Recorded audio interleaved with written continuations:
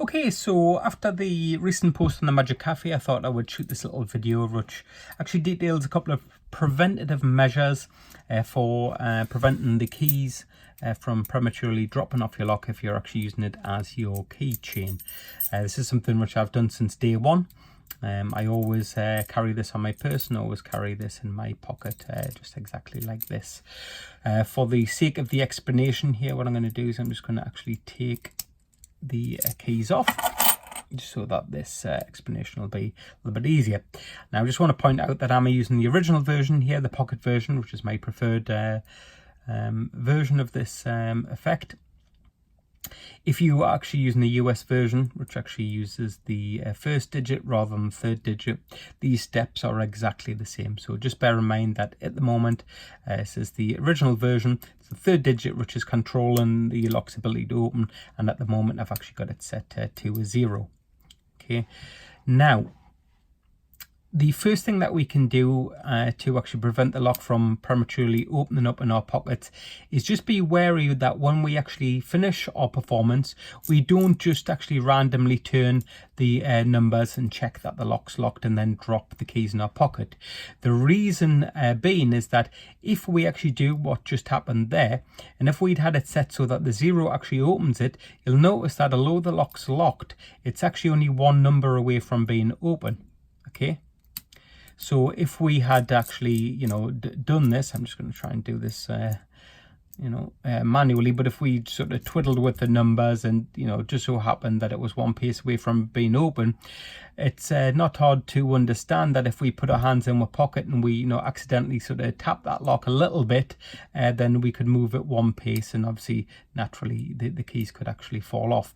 So the first preventive measure is to add 5 to whatever number we're using to lock the lock, so or open the lock. So in this case it's 0. 0 plus 5 is 5, and that would be every time we finish our performance, set that third digit to a 5. The reason should be self-explanatory, because if we now place the lock in our pocket, that number is actually going to move 4 paces, physically 4 paces on the dot to actually, before it would ever actually open. So in other words, it's far less likely to open if it's just nudged, a little bit either way. So that's the first preventive measure. The other thing that people have discussed is actually, wouldn't it be a wonderful idea if you could actually lock the numbers? And the good news is you can actually do that, or you can actually lock your key wheel. And the way you do that is using a little technique that was discovered by Dustin Dean. So all credit to Dustin should be given for this. Dustin actually uses this as a method of preventing the lock from opening in performance, but you can actually use this as a preventative measure to prevent the lock from opening out of performance too. So what you can actually do is you can actually lock that, in this case, the third wheel. If you were using this technique with the US version, it would also lock the first wheel. So whichever is the key wheel, it will lock. Now, the way we engage the lock is simply, let me just show you this. So I'm going to show you the number 1 actually opens up the lock. If we turn it away from the number 1 in either direction, this doesn't really matter, but in this case we're going to be going to the 9. We now pull up on the clasp, so we're pulling the clasp up over, and we're going to push down on the lock. So I'm going to hold the clasp between the first finger and thumb. The second finger is going to push down on the lock, so it's going to push the lock down whilst these two fingers are pushing up with the clasp. So pulling up on the clasp and pushing down on the lock. Now if we do this and now turn the wheel, you'll sometimes hear a little click, but what you will notice is there's now just a tiny little piece of metal which is actually just peeking out of there. I'm just going to show you what that is. So if I just actually turn this to a 0, it's actually this little piece here, which is actually part of the locking mechanism. So if we turn that just to the 9, so the lock is actually physically locked, hold on the clasp, push down on the lock, and if we actually turn, we sometimes hear a little click. I'm just going to do this again, just so hopefully you will actually see the lock itself will drop slightly, and this the clasp sort of just raises slightly, so you can actually see that piece of metal sticking out. Now, when that happens, it's more of a feel thing than anything else. That actually locks that on a number 8. So try as I might, it's physically impossible for me to take that off a number 8. The other numbers, these still move, no problem at all. But the number 8 is physically locked in place, so it can't move. How do we actually release this number? So the way that we actually release the number is just simply, and again, if you see that little piece of metal there pushed down, as soon as that's pushed down, it will actually move off. Now, the locks will probably vary. I'm assuming that it's not going to be the case for every lock, but the numbers that can actually be locked in position may vary. So we've already seen, if I set that onto a 9, pull up, we've already seen that I can lock this on a number 8. But if I push the lock back down again, move that to a 7 and pull up, we can actually turn it again, and I can find, yeah, it locks on the number 4. So again, I just physically can't turn that 4 anywhere. If I just release that number 4, turn it to a 3 and pull up, and I can actually lock mine on a number 2 as well. So I can lock this third wheel on a 2, a 4 and an 8. Now remember before when I was saying that we should actually set, when our performance is finished, we should set it 5 numbers apart. So 0 plus 5 is 5. So if we did that, now we just consider what is the closest number that we can lock at to 5. So we can lock it on a 4, or we can lock it on an 8. Well, 4 is actually closest to 5. So if we actually do that, now what we've, hold on, just let's do that again. Pull up and push down. Yeah, that's it. So we've actually locked it on a 4. Now doing this gives us a sort of double safety net, because first of all, you can't move that third wheel unless pressure gets placed on top of the clasp. So that's the first thing that must happen to actually open up this lock.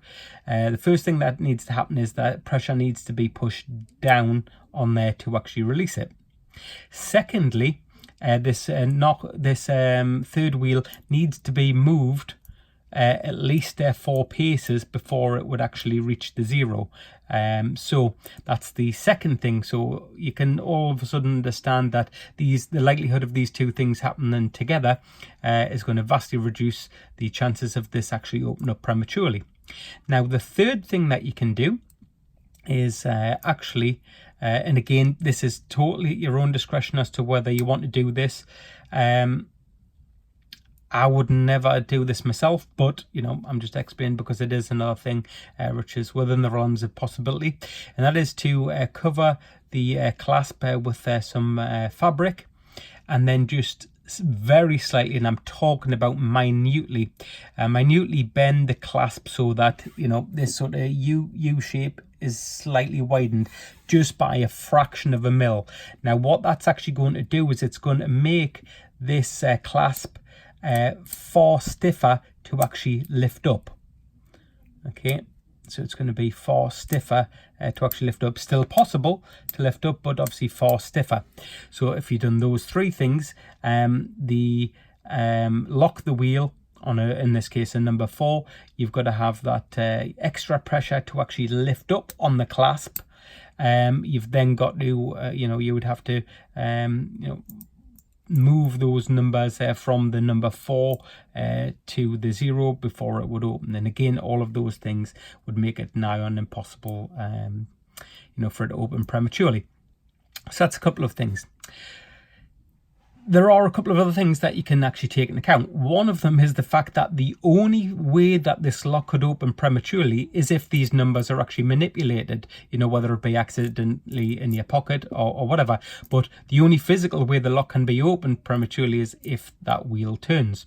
So if you are wearing jeans, you could actually keep your lock and keys in your ticket pocket, which is the small pocket in your jeans, and keep everything else in your other pockets, because there's now because this isn't a separate pocket, you can dip into all of your other pockets, and there's a layer of fabric covering this, so it's impossible to actually change the numbers. Okay, the other thing is to actually keep your lock and keys in a separate pocket to anything else that you may need. So once you've actually went through any of these preventative measures, drop the keys in your pocket, you've got no reason to actually reach into that pocket unless you're actually going to bring the lock out or the keys out to actually open something, or the lock out to actually perform.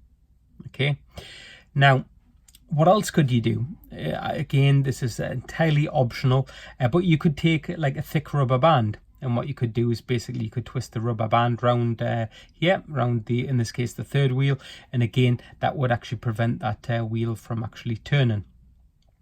Now I will perhaps examine getting some sort of sleeve or some sort of clip that you can just basically clip on there, you know, which will actually cover all of the numbers, so that it's impossible for any of them to turn, and then you can maybe just slide that off, you know, the moment that you're ready to perform, you know, in your pocket. You might be able to just sort of pull something off and all of a sudden you're ready to go. So those are things which I will examine, you know, in the future, or maybe something which will actually sort of, you know, go in here. If we lock the number, place something which would actually fit in here, which would actually prevent this from actually being pushed down. So those are things which I can examine in the future, but nonetheless, all of the other little techniques, you know, which I've mentioned, i.e. first of all, moving the number 5 as many paces as possible away from the number that's actually going to open the lock, and then physically locking it in position, and those things alone should be enough to obviously safeguard the lock from opening prematurely. So I hope they're helpful, and any questions just please ask.